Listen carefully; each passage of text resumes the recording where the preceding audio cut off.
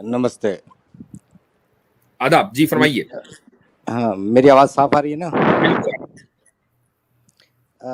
मेरे कुछ किराएदार, मैं दिल्ली में रहता हूँ, मेरे कुछ जी किराएदार मुस्लिम हैं।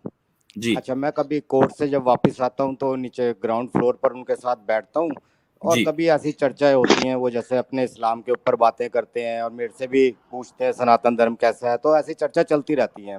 तो उसमें एक बुराक नाम का कोई कैरेक्टर है इस्लाम में, उसके बारे में बात कर रहे थे, मैं वो समझ नहीं पाया था। जी। वो कि भाई बुराक है क्या एक्चुअली? नहीं, कोई कैरेक्टर नहीं है। अलबत्ता मैं ये पूछना चाहूंगा कि आज के मौजू से आप वाकिफ हैं या नहीं हैं? हमारा जो मौजू है, अपने ना किराएदारों मैं को आप नहीं नहीं नहीं, मैंने पूरा तो करें। किराएदारों मुझे के नहीं, आप टॉपिक हमारे बताइए, मेहमान आप मेरे बनकर को आए क्या हैं, था तो आप टॉपिक? देखिए, हमारा सवाल है कि एंशियंट हिंदू सिविलाइजेशन को रिवाइव करना चाहिए या नहीं करना चाहिए? करना चाहिए तो क्यों करना चाहिए? ये हमारा सवाल है, सिंपल। अच्छा, एंशियंट हिंदू सिविलाइजेशन नाम की कोई चीज ही नहीं है। ठीक है, बहुत अच्छी बात है। कोई सिविलाइजेशन है? मैं बताता हूँ क्यों नहीं है। कोई क्योंकि हिंदू वर्ड सनातन धर्म के किसी ग्रंथ में नहीं आया है। ठीक, एंशियंट इंडियन सिविलाइजेशन है? ये हिस्टोरिकल बुक्स में है। ठीक, उसको रिवाइव करना चाहिए? रिवाइज से आपका क्या मतलब है? आई उसमें डोंट नो। सुधार करना नहीं नहीं नहीं, या आई डोंट नो, क्योंकि बात ये चल रही है either talk um. In English और talk in Hindi. If you like to talk in Jitendra English I can carry on. Jitendra भाई हिंदी में बात कर लीजिए, सबको समझ में आ जैसा है। आपको इंग्लिश भी हाँ, आती है, हिंदी भी आती है, नहीं तो नहीं, प्रॉब्लम क्या है आपको? Mister Yasir is starting talking in English. नहीं सर, हाफ मैं तो आपको समझ हाफ में आती सेंटेंस इन काफी है ना? English, half sentence in Hindi. Continue with Jitendra, one language only. Are you भाई, confuse with Hindi and English? If somebody आप mixes Hindi and English, are you आपको दोनों कंफ्यूज विद सवाल दैट? समझ में आती है, तो अगर मैं कोई टर्म इस्तेमाल कर रहा हूँ ताकि सबको समझ में आ जाए, मैं शुद्ध हिंदी नहीं जानता हूँ, तो मैं क्या करूं? अब मैं आपको उर्दू लफ्ज बोलूंगा, अब बताइए अब अगर मैं आपसे कहूं कि कदीम हिंदी तहजीब का इहिया करना चाहिए, नहीं, बताइए क्या समझेंगे आप? तो इंग्लिश में समझ जाते हैं लोग। आप समझे समझते हैं ना? कि सारे लोग ग्रेजुएट हैं, आप सब समझे ना इंग्लिश भाई, जानते हैं? आप समझे ना, आपसे बात हो रही है, आप समझे कि नहीं समझे? ठीक है, यानी कि हम दो ही बात करेंगे, एक दूसरा समझे, दर्शकों को कोई मतलब नहीं है।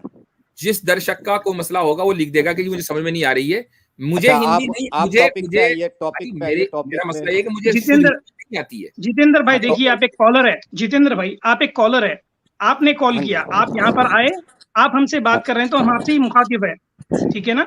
आपको इंग्लिश हिंदी दोनों समझ में आती है, तो इसमें बात कर सकते हैं हम, कोई प्रॉब्लम नहीं है ना आपको? हाँ, चले, मुझे कोई टॉपिक पे आ प्रॉब्लम जाते नहीं, हैं। अटपटा सा टॉपिक पे आ लग जाते रहा है हैं। थोड़ा। Continue please. अच्छा, आप टॉपिक पे आते हैं। लॉयर हैं जितेंद्र जी? आप लॉयर हैं? हाँ, मैं 22 साल से सुप्रीम कोर्ट ऑफ इंडिया में प्रैक्टिस कर रहा हूँ। परफेक्ट, बहुत अच्छा लगा। अब मैं आपसे ये पूछना चाह रहा हूँ कि नहीं एंशियंट, पूछूंगा मैं। नहीं, आपने टॉपिक बताया, मैंने सवाल आपने आपसे पूछा कि एंशियंट इंडियन सिविलाइजेशन नाम की कोई चीज है या नहीं है? अगर है तो उसका रिवाइवल होना चाहिए या नहीं होना चाहिए? रिवाइवल से आपका क्या मतलब है? मतलब कोई चीज ऐसी खत्म हो गई जो पहले पहले जमाने में हुआ करती थी, परंपराएं, उनको उनको रिवाइव करना चाहिए या नहीं करना चाहिए, ये मैं पूछ रहा हूँ। परंपराएं हमेशा सुधार की ओर बढ़ती रहती हैं और ठीक हमेशा सुधार होता रहता है। कोई भी ठीक चीज वापस नहीं जाती है। आपकी उम्र बढ़ गई, आप 50 साल के हो गए, आप 5 साल के दोबारा नहीं होंगे। ठीक हमेशा होते रहता है, आगे ही बढ़ता है समाज, कभी ठीक, पीछे नहीं जाता। बहुत अच्छा। तो सही है, आपकी जो पोजीशन है वो आम जो हिंदू समाज है उससे मुख्तलिफ है, ठीक है? तो आम हिंदू समाज में बात ये फैलाई गई है कि इंडिया उसी ये तरह आपको कैसे पता ये फैलाई गई है? आपने कोई सर्वे किया?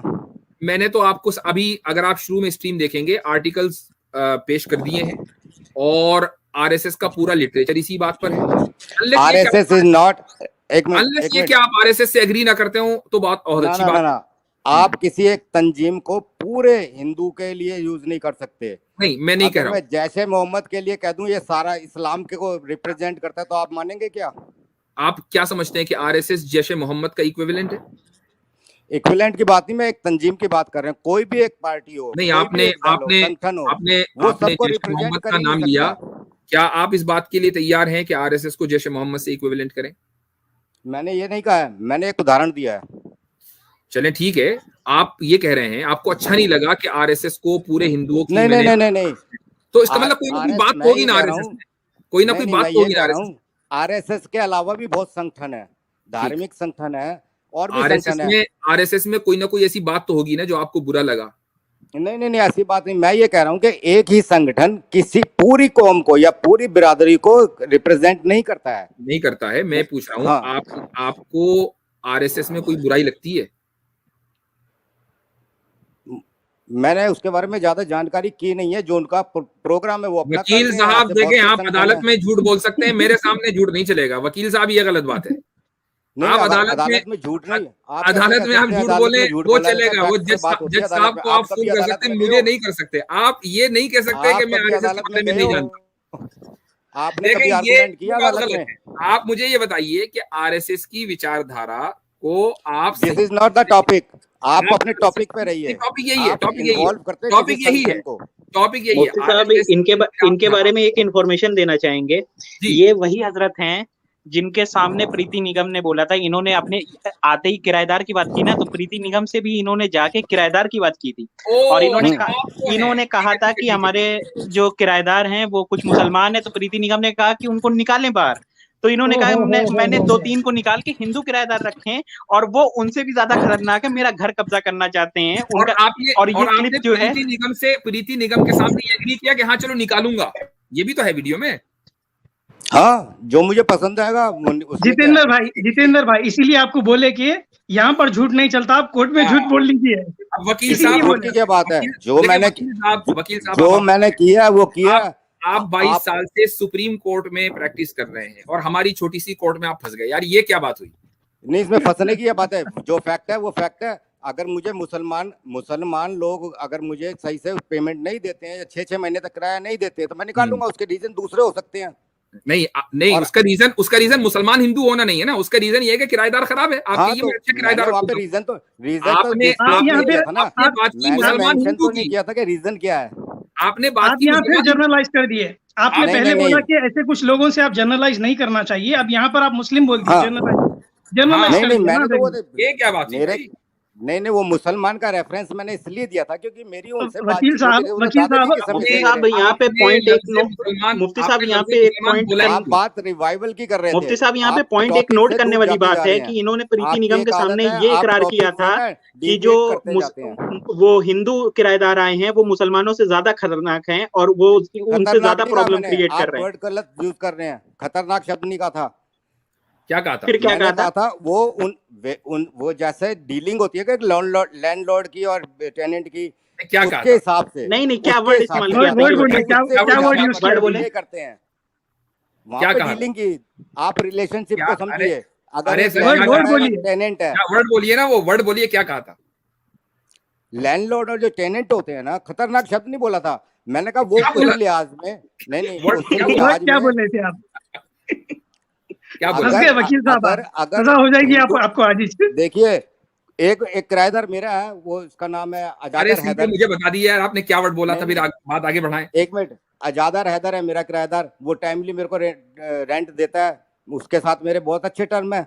मेरे घर पे आकर खाना भी खाता है। उसमें क्या हो गया? आपने हिंदू किराएदार को क्या बोला था, मुझे वो बता दीजिए वकील साहब। मैंने मेरे ख्याल काफी पुरानी बात, एग्जैक्ट वर्ड तो नहीं पता। ये था कि भाई अबू तुराब कब की बात है? बिहेवियर है उसका।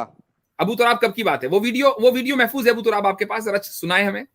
जी अभी हम वो उसको 1 मिनट ग्रुप में टैग कर दे रहे हैं। वही हम ढूंढने गए हैं, बस हम टैग कर रहे हैं। नहीं, टैग करने की जरूरत नहीं, बस आप सुना दीजिए सबको अपने मोबाइल से ही, तो इंशाल्लाह सबको। असल में मुफ्ती साहब हम मोबाइल से है ना, तो यहाँ पे शेयर हो नहीं पाएगा। अच्छा, तो आप कहाँ टैग करेंगे? हम टैग कर रहे हैं, बस 1 मिनट आपको। ठीक है, चलिए टैग कीजिए। आप ओल्ड ट्रेडिशन के रिवाइवल की बात कर रहे हो, उस पे आइए। हाँ, उसी पर आ रहे हैं। मैं आपसे ये पूछ रहा हूँ कि ओल्ड ट्रेडिशन यानी जो परंपराएं हैं, जो पुरानी जो इंडिया में रही हैं परंपराएं, क्या आप उनको रिवाइव करना चाहते हैं? अच्छा, रुक जाइए जरा, 1 मिनट रुक जाइए। 1 मिनट रुक जाइए। 2-4 उदाहरण दीजिए परंपराओं का। 1 मिनट रुक जाए भाई, 1 मिनट। जरा सा हमें ये जो मेलोडियस आवाज है जरा सा ये चलाने दें। तो 1 मिनट रुके बस, थोड़ा सा। मैंने भी सेंड किया आपको। मुसलमान है। अरे हमारे दादाजी के समय से कुछ मुसलमान किराएदार हैं हमारे यहाँ। अब उनकी दूसरी पीढ़ी भी आ गई है। अरे आपको तो उसको हटाना चाहिए किसी तरह, नहीं तो आपके मकान पर कब्जा कर लेंगे। नहीं नहीं, ऐसे कैसे कर लेंगे। मैंने तो मतलब एक दो तो हटाए हैं, परंतु मैंने देखा कि उनकी जगह मैंने कुछ हिंदू रखे तो वो तो और खतरनाक है। खतरनाक है। हाँ जी। अगर अगर हिंदू खतरनाक हो तो भी सही है, लेकिन अगर जो है मुसलमान को रखिए ही ना, तो ज्यादा अच्छा है। मैं कोशिश तो कर रहा हूँ, पर देखेंगे। पर अब जो चर्चा हुई, मैं उसके महत्वपूर्ण मैं कोशिश तो कर रहा हूं, मुसलमानों को हटाने की कोशिश तो मैं कर रहा हूं, और हिंदू खतरनाक भी हो। मुफ्ती साहब भाई यहाँ पे मुझे एक चीज बोलने का हक दें, क्योंकि इन्होंने मेरे ऊपर इल्जाम लगाया था। इन्होंने कहा, मेरे ऊपर झूठ का इल्जाम लगाया था, कहा था कि वहां पे इन्होंने खतरनाक का इल्जाम, वो लफ्ज नहीं इस्तेमाल किया है, और हाँ। इन्होंने मुझे झूठा बोला था। इस लफ्ज को लेकर मुझे झूठा साबित करने की कोशिश की थी यहाँ पे। तो देखिए, अब ये वकील बताएं कि साहब, यहाँ पे कौन वकील झूठा है। साहब, वकील साहब, इतना पक्का एविडेंस आपने भी कभी अदालत में नहीं दिया होगा। बिल्कुल बिल्कुल बिल्कुल। आप देखिए, एक मिनट होल्ड कीजिए, मेरे को बोलने दीजिए, अब रिप्लाई करने दीजिए, ही ना कीजिए। आप वो कोई वर्ड फिर से दोहरा दीजिए, आप आपके मुंह से ही दोहरा सुनो दीजिए सुनो एक बार, सुनो। क्या वर्ड था वो? अब मैं आपको बताऊं, आपकी एक स्क्रीन में मैंने आपको एक उदाहरण देते देखा था। ये टीवी बनाया है किसी ने क्या? टीवी नहीं नहीं बनाने नहीं वाला नहीं, अभी इसमें रह वहां नहीं, सकता है? जितेंद्र भाई वहां सुनिए जंप नहीं सुनिए, करेंगे अभी। ये वकील टॉपिक साहब, बदल, एक मिनट टॉपिक बदल एक मिनट, टॉपिक नहीं बदल रहा। अगर पर्टिकुलर वो किस सेंस में कहा जाता है खतरनाक, इन द व्हाट सेंस, किस सेंस में खतरनाक? आप वो मैं मेरे कि वो कब्जा कब्जा में कर क्या? लेंगे, वो तो कब्जा कर नहीं, लेंगे। कब्जा वो तो हाँ, प्रीति कह रही है ना, कब्जा कर लेंगे। प्रीति आपने कह रही है एग्री ना, किया आपने मैंने क्या? बोला, क्या कहा है? आपने एग्री आपने मैंने तो किया? इकरार यही कहा किया था ना उसी कि पे। कैसे कर लेंगे कब्जा।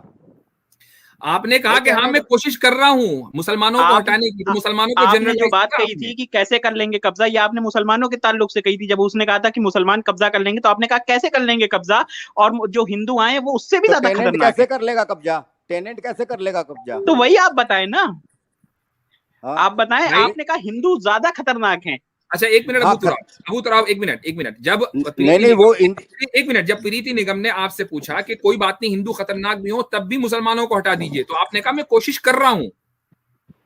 क्यों भाई कोशिश हाँ, कर रहे हैं? जिनसे इसका मेरे मतलब ये है रिलेशन कि आप ठीक नहीं रहेंगे ना, मुसलमानों मैं को, हटाऊंगा, चाहे वो जो हिंदू हो या मुसलमान हो। जो दो नस्लों से आपके किराएदार हैं, आप उनको मुसलमान होने की हैसियत से हटाना चाहते हैं। अगर वो नहीं नहीं, इस डीलिंग में हैसियत खराब से होते नहीं। हैं ना, तो आप दो नहीं, नस्लों ये को रिलेशनशिप के बर्दाश्त ऊपर करें। डिपेंड करता है। रिलेशनशिप के ऊपर डिपेंड करता है कि अगर आपके वो रिलेशन खराब होते, रिलेशन अगर कैसे वो हैं। खराब होते तो दो नस्लों तक आप उनको बर्दाश्त ना करते। आपने उनको बर्दाश्त किया, इसका मतलब डीलिंग में ठीक है। इसके बावजूद आप उनको मुसलमान होने की वजह से हटाना चाहते हैं। दैट्स द नहीं, प्रॉब्लम।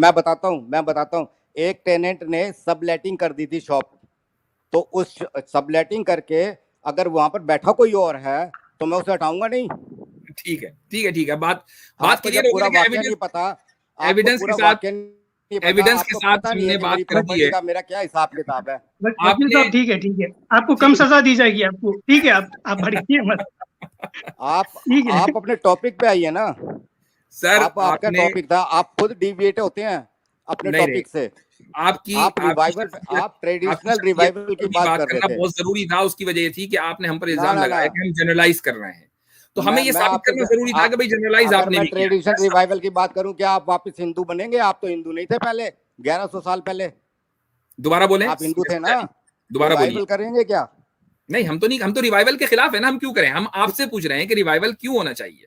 मैंने तो जवाब दिया ना कि हर एक समाज, हर एक भाषा, हर एक कल्चर आगे की तरफ देखती है, आगे बढ़ती है, पीछे की तरफ नहीं जाती है। बस ठीक है, बात हो गई। रिवाइवल नहीं होना चाहिए।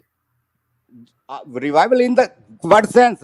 उसका ग्रो करना, उसका डेवलप करना, दैट इज रिवाइवल। डिवेलप की बात नहीं हो रही। रिवाइवल का मतलब होता है कि आप पीछे जाकर जो परंपराएं माजी में थी, आप उनको रीइंस्टेट करें। यह है रिवाइवल। आप उसको हाँ, करना आप चाहें। ये कह सकते हैं कि अच्छा, एक बात बताइए, परंपराओं से आपका क्या मतलब? किस तरह की? दो चार उदाहरण दीजिए आप, अब मैंने इतना शुद्ध हिंदी का लफ्ज बोल दिया जो मैं जो जबान में नहीं समझता। परंपरा, आपके नजदीक क्या परंपराएं हैं आपके यहाँ? बताइए। बहुत तरह की परंपराएं यहाँ पर, जो पहले से चली आ रही हो या अब नहीं होती हो, पहले होती हो, मसलन कोई भी बता दीजिए जो कितने मुसलमान दिन ना पहले करते होती हो, हो? जो मुसलमान ना कितने करते, दिन पहले? जो मुसलमान ना करते हो। ऐसा भाई, ऐसा तो मेरे को ऐसा कुछ नहीं लगता। अगर हमारे यहाँ पे भंडारा होता है तो हमारे सारे किराएदार, चाहे मुस्लिम है या कोई है, वो इकट्ठे साथ में लगते हैं और वो कोई बर्तन भी साफ करता है, कोई पूड़ियाँ भी बांटता है। तो ऐसी परंपरा मेरे को तो कोई ऐसी अलग नहीं लगी, क्योंकि जो खास जगह है ना, महानगर जिसे बोलते हैं। आपसे पहले एक कॉलर आए थे, उन्होंने परंपरा की मिसाल दी थी कि वही मैं जानना चाहता था, किस तरह की परंपरा है। वंदे मातरम गाना कि हम उसको इम्पोज करेंगे हर एक के ऊपर, हर एक को गाना पड़ेगा वंदे मातरम।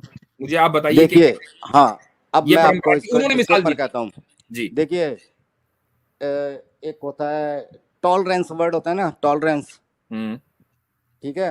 आपको शायद इस्लाम में इतना ना, आप दूसरी तरफ मत ले जाना, अभी थोड़ी देर पहले मुझे बोलने देना। एक चीज है कि देखिए, आपने देखा होगा जो सनातन धर्म को मानने वाले लोग हैं, उसमें हर तरह के लोग हैं, जैसे कि कोई शैव है, कोई वैष्णव है, कोई शक्ति को मानते हैं यानी देवी पूजा करते हैं।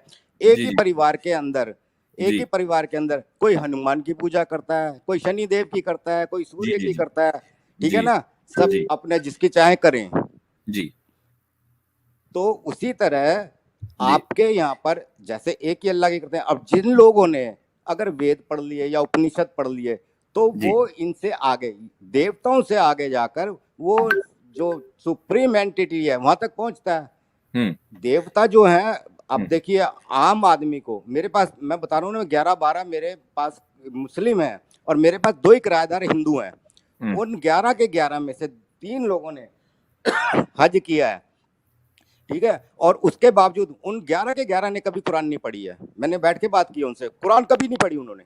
ठीक, और यही बात, आप मेरे सवाल का जवाब नहीं दे पाए। मैंने आपसे सवाल ये किया, डिविएट कर गए आप। आपने कहा कि परंपरा की मिसाल दूं, मैंने मिसाल दी। अब उस मिसाल पे न बोलकर आप हज और कुरान पे चले गए। भाई वो तो हम लोगों की कमी है, उसको क्या कहना। मैं आपसे ये सवाल कर रहा हूं, आपसे पहले वाले कॉलर ने ये कहा कि हम एंशिएंट इंडियन सिविलाइजेशन को रिवाइव करेंगे, परंपराओं को रिवाइव करेंगे। उन परंपराओं में एक परंपरा वंदे मातरम कहना है, उसको हम इंपोज करेंगे। वंदे मातरम कब लिखा गया है? वो एंशिएंट कैसे हो गया? आप ये तो टर्म ही गलत इस्तेमाल कर रहे हो। एंशिएंट भाई ये मैं नहीं कह रहा हूँ, ये आपसे पहले वाले कॉलर कह रहे हैं। वो ये कह रहे हैं, वो उन्होंने जो वंदे मातरम बंकिम चंद्र, एग्जैक्टली, ये तो हमारा पॉइंट है। उन्होंने जो मिसाल दी वो ये दी कि परंपरा, मैं अपनी बात मुकम्मल कर लूं। उन्होंने ये कहा कि परंपरा के हिसाब से राष्ट्र सर्वोप्रिय है, राष्ट्र अबव ऑल है, और चूंकि ये राष्ट्रगान है, गीत है, क्या कहना चाहिए, वंदे मातरम, इससे ये पता चलता है कि हम राष्ट्र को सुपीरियर मान रहे हैं, ना कि रिलीजन को। ये हर आदमी को जो उस राष्ट्र में रहेगा इसको करना पड़े। मैं ये पूछ रहा हूं कि क्या आप ये वाली साइकोलॉजी हर एक पर इंपोज करेंगे? नहीं, आप जो ये बात कह रहे हैं ना, हर एक व्यक्ति की अपनी राय हो सकती है। अगर बंकिम चंद्र चटर्जी ने एक गाना लिखा, इसी तरह से रविंद्रनाथ टैगोर ने जनगण मन लिख दिया, हमारा नेशनल एंथम, ठीक है, सब लोग एजुकेटेड नहीं होते, उन्हें पता ही नहीं होता ये गाना क्यों और किस लिए लिखा गया था। जब पता ही नहीं है, मैं वहीं पे आ रहा था ना, जैसे 11 लोगों ने हमारे वो कुरान नहीं पढ़ी, ऐसे बाकी जो 2 हिंदू किराएदार हैं उन्होंने कौन सी गीता पढ़ी है। तो जो लोग पढ़ते लिखते नहीं है, जानते ही नहीं है कि ये इसकी डेप्थ में क्या है, मूल में क्या है, जड़ में क्या है, उन्हें पता नहीं, हम इम्पोज कर देंगे। कैसे कर दोगे भाई इम्पोज? कोई चीज भारत में कोई चीज इम्पोज इतनी इजीली नहीं होती है। तो ठीक है, आप इसका मतलब ये कि आप इसका मतलब हिंदू राष्ट्र के खिलाफ हैं? हिंदू राष्ट्र जैसी कोई बात ही नहीं है। हिंदू राष्ट्र क्या होता है? अगर ऐसी कोई बात हुई तो आप उसके खिलाफ होंगे? खिलाफ की बात नहीं है, तो वो सेकुलर वर्ड है ना। नहीं, देखिए, आप कह दीजिए ना कि अगर ऐसी कोई बात हुई मैं उसके खिलाफ होऊंगा। देखिए, जो कॉन्स्टिट्यूशन, सुनिए, अगर हमारी जो संसद है यानी पार्लियामेंट है, आपने कहा वो हिंदू जो राष्ट्र कानून बनाती है उसका पालन करना हमारा फर्ज है। ठीक है। अब अगर कोई आदमी हिंदू राष्ट्र की बात कर रहा है, आप उसके खिलाफ हैं? मैं उसको सपोर्ट भी नहीं कर रहा। नहीं, खिलाफ क्यों नहीं? मैंने आपको ये कहा, जितेंद्र भाई, जी जितेंद्र भाई, कॉन्स्टिट्यूशन, अगर कॉन्स्टिट्यूशन में वक्फ बोर्ड एक्ट है 1995 का, ठीक है, मुस्लिम पर्सनल लॉ बोर्ड है, और साथ में प्लेसेस ऑफ वर्शिप एक्ट है 1991 का। भाई वकील साहब देखिए, एक बात सुनिए, ये गलत बात है। चाहे हम उसको पसंद ना करते, वकील साहब एक मिनट, आपने कॉन्स्टिट्यूशन में मुस्लिम पर्सनल लॉ बोर्ड का जिक्र किया। यार आप किस तरह की प्रैक्टिस करते हैं? कहां मुस्लिम पर्सनल लॉ बोर्ड का जिक्र है कॉन्स्टिट्यूशन में?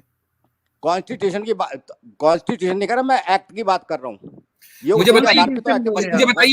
मुझे बताइए मुस्लिम पर्सनल लॉ बोर्ड के नाम से कौन सा एक्ट है, बताइए। अरे मैं वक्फ बोर्ड एक्ट की बात कर रहा हूँ। आपने मुस्लिम पर्सनल लॉ बोर्ड बोला अभी।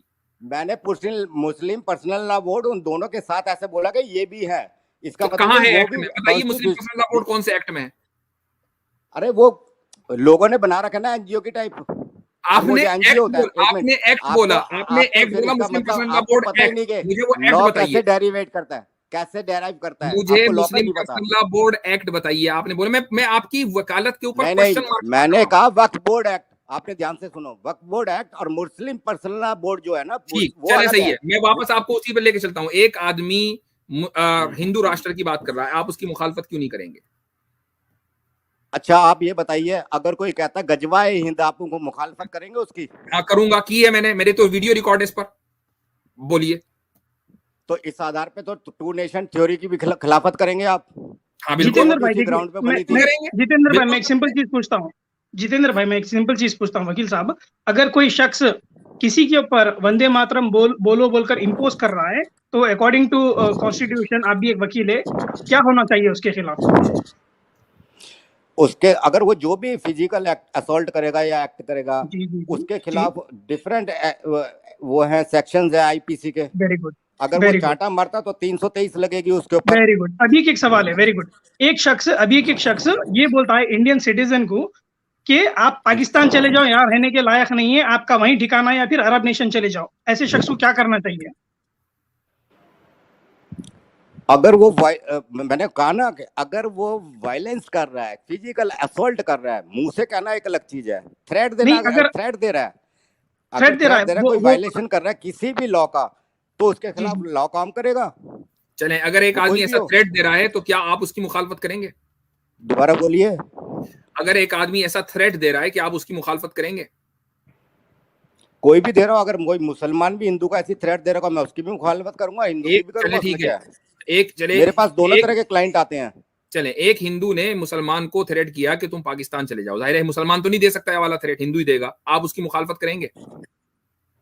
भाई वो मुंह से, अब वो एफआईआर कराए तो उसके काम कार्रवाई होगी आप ना उसकी मॉरल ग्राउंड पर मुखालफत करेंगे, नहीं करेंगे? मॉरल ग्राउंड पर बिल्कुल। उसको कोई थ्रेट कैसे देगा किसी को? इलीगल है।